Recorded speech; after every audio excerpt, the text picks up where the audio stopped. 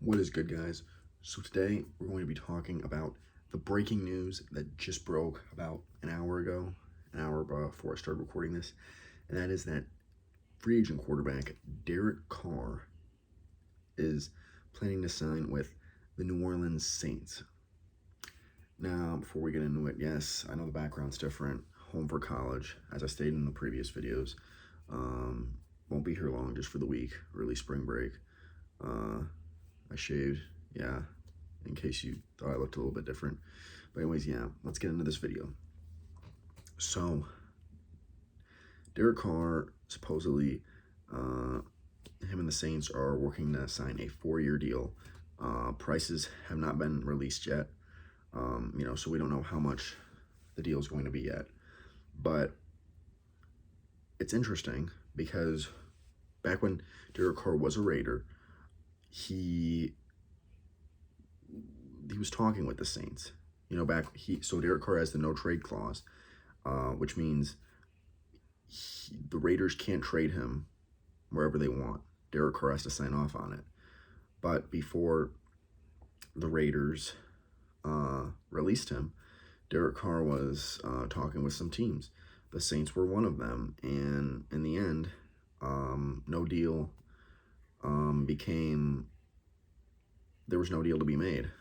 I mean, they just didn't come to an agreement, and so Raiders ended up cutting him or releasing him, and you didn't really think that the Saints were a potential team that he was looking at because there was no trade that went down. So obviously I made a previous video where I thought Derek Carr would end up, and I made a list of all the teams that were in need of quarterbacks in my opinion.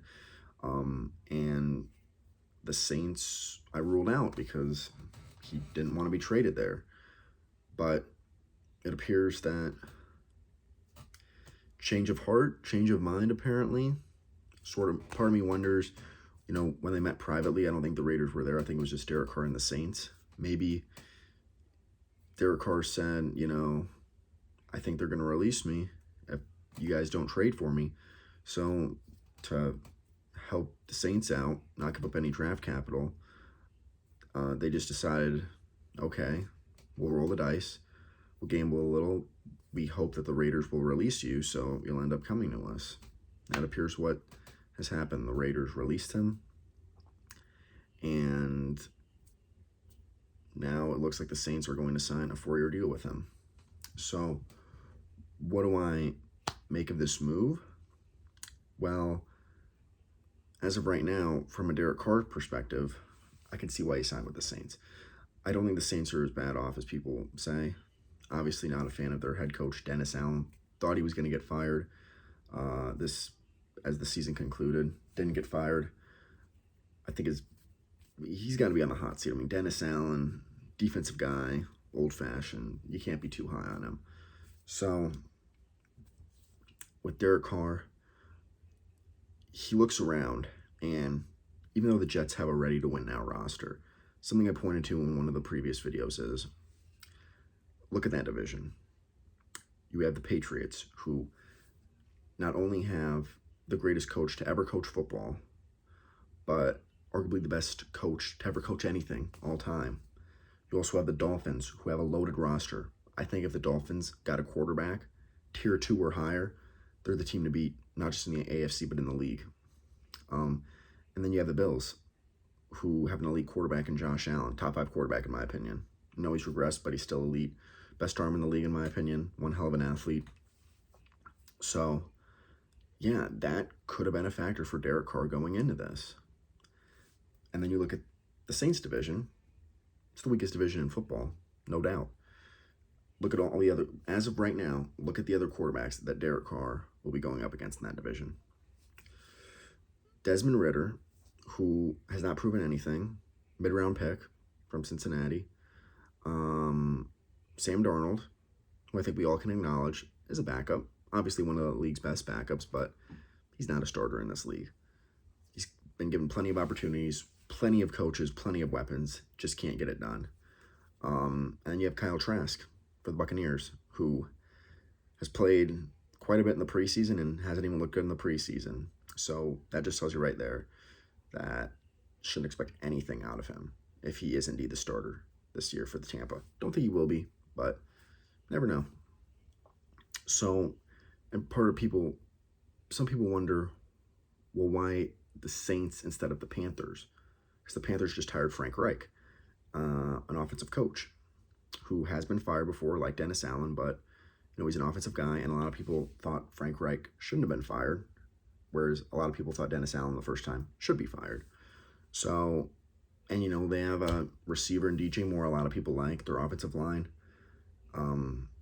As much as people want to trash on it, is not as bad as you might think.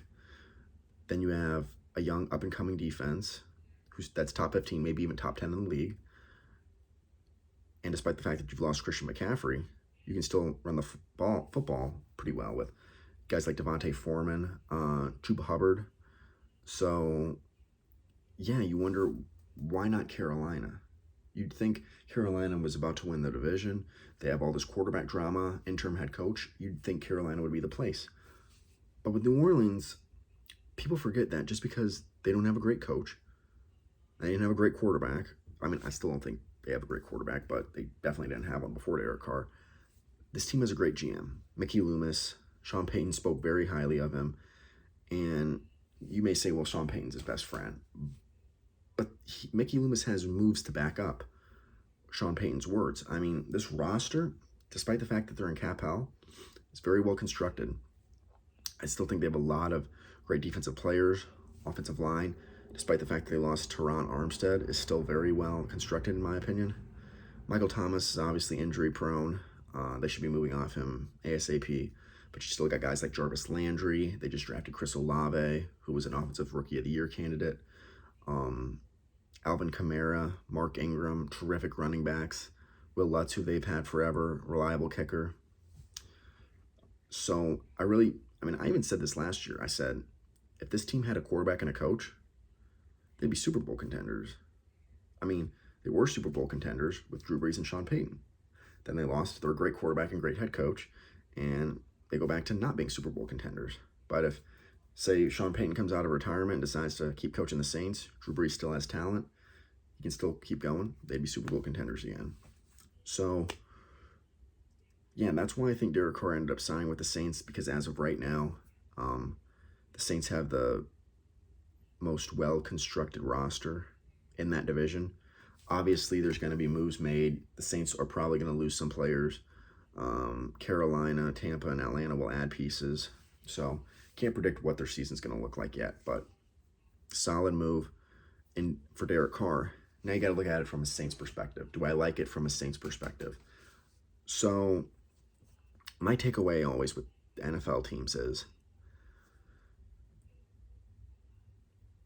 can you upgrade at quarterback? So, for example, let's say, this is why I don't like Baltimore potentially moving off Lamar Jackson. Because I'm like, is one of the top 5 quarterbacks on the market available? And you're going to get them if you decide to move off Lamar? Because you're not upgrading over Lamar Jackson. The next quarterback you bring in if you move off Lamar is not going to be better than Lamar Jackson. Even if you draft one, he's not going to be better day one. And I don't see any quarterback in this draft class that has the potential to be better than Lamar. Not even Anthony Richardson. Anthony Richardson could get with Andy Reid. I still don't think he's going to be better than Lamar as of right now. So, it would be silly for Baltimore to be like, well, we don't want to pay Lamar all this money. So, we're going to move off him, we're going to trade him, franchise tag him and trade him, and we're going to bring in Derek Carr. Because Derek Carr's cheaper. Anybody who knows anything about football, even the die-hard Raider Nation fans, can admit you would not want to move off Lamar Jackson for Derek Carr. Lamar is significantly better.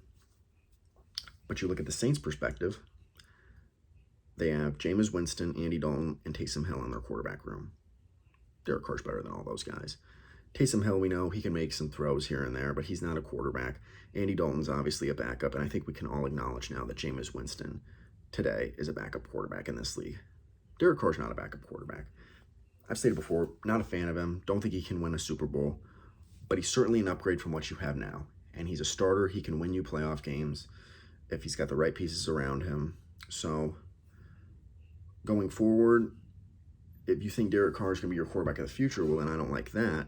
Obviously, they're signing him to a 4-year deal, but one thing that I thought of is, with Derek Carr, despite the fact that it's a 4-year deal, he doesn't have a lot of leverage. You're not going to be paying him that much money. And so what I think is, you could potentially, 2 or 3 years down the road, draft a quarterback and sit him behind Derek Carr and wait for him to develop.